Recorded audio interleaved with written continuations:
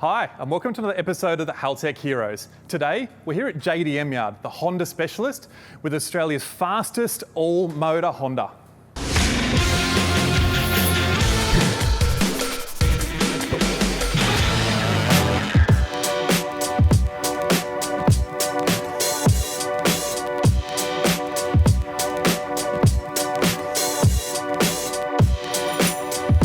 Well, we're in the workshop here at JDMYard with Dave, and as I look around, I see Honda cars, Honda parts, Honda everything. But it's obviously you guys, the passion here. Yeah, we have a huge passion for Hondas. It's something that we really love doing.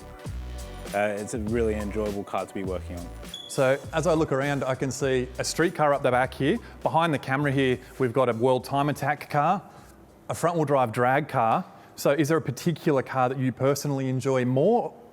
To be honest, these days, as long as it has a K-Series motor in it, they're all enjoyable. And you're talking the K24 series? K20, K24, they're both great motors. Obviously with the extra displacement and the 2.4 litre, it adds a bit more torque and a bit more fun. And at JDMYard, you're probably working on them the most, I suppose. So you've got, I can see there's so many parts in stock out the back here. Yeah, definitely. You can do anything from just a simple air filter change to a full built motor. It's a huge, versatile motor. Awesome. All right, well, probably the next thing we do, let's open the hood on this and have a bit of a look. And do you mind showing me through? Oh, definitely, sounds good. Well, Dave, being Australia's fastest all-motor Honda, when we opened the hood, I kind of expected to see something impressive, and I'm not disappointed. Mate, the throttles and the carbon intake and even the way the engine's mounted. Yeah. Can you tell us a bit about, I suppose, first of all, why is the engine mounted like this? Yeah, so these particular mounts are what they call lean mounts. It leans the motor forward, allowing for a better intake angle, as well as putting more weight over the front axle and evening out the drive shafts. Perfect. So when you talk about putting weight over the front axle, like for your 60-foot times in your drag car? Yeah, exactly. Well, your traction is all through the front. You need to have much weight over the front to keep the chassis down and moving forward. So in the front, it's pretty clear that there's a beautiful carbon intake. What sort of throttles and what sizes, I suppose, are we running behind there? Yeah, so basically they're Kinsler 67mm ITBs. They got a nice Myers competition intake system. It's a good carbon one to force the air in, and it pushes all the air in nicely to the K-Series motor. So 4 67mm throttle bodies to feed this thing? Yeah, it's pretty crazy. Awesome. Probably, well, I guess the most important thing, the motor, I can see it's a K-Series. It's something K20, K24, what are you running? We took the next step. We went up to a 2.7 litre, so a K27, I guess.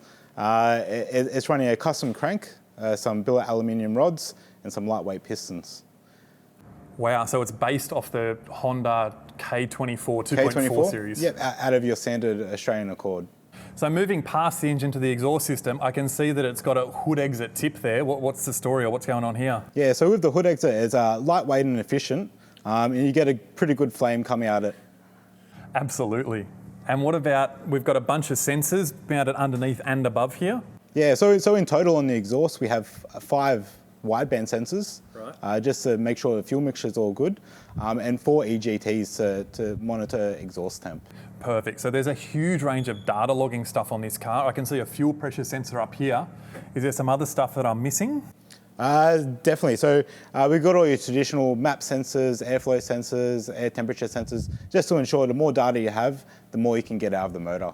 At the moment, this motor is revving to nearly 11,000 RPM, so it's hidden right up there. Normally aspirated, 11,000 RPM. Probably the most important thing. How much power does it make? At the moment, it's making around the 300 kilowatt mark, so 400 horsepower. This is a normally aspirated engine making 300 kilowatts or 400 horsepower at the wheels. Yeah, it's an incredible motor. The K-Series, it really does the job well. And in this trim, have you had it to the racetrack to run it down the quarter mile? Yeah, so we've run down the quarter mile a few times. Our best ET to date is a 9.6 at 137 mile. So 137 mile an hour out of an aspirated Honda is a mean feat. That is unbelievably impressive. Yeah, definitely. It's quite a machine. Dave, coupled to all of that power, obviously a standard gearbox is not going to cut it behind this thing. Yeah, definitely.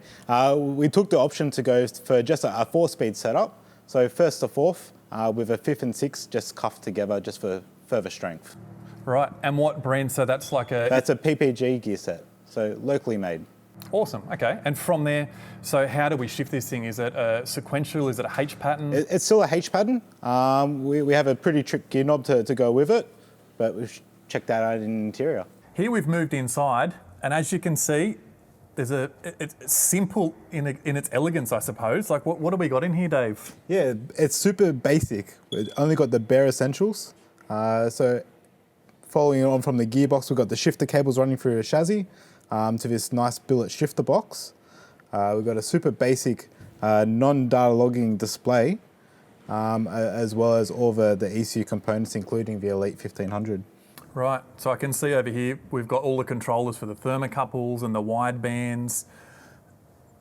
A nice dash bar, I suppose, where there's just nothing in this car. Do you know what it weighs? You're looking close to the 800 mark. 800 kilograms. Yeah, so just sub 8. Wow.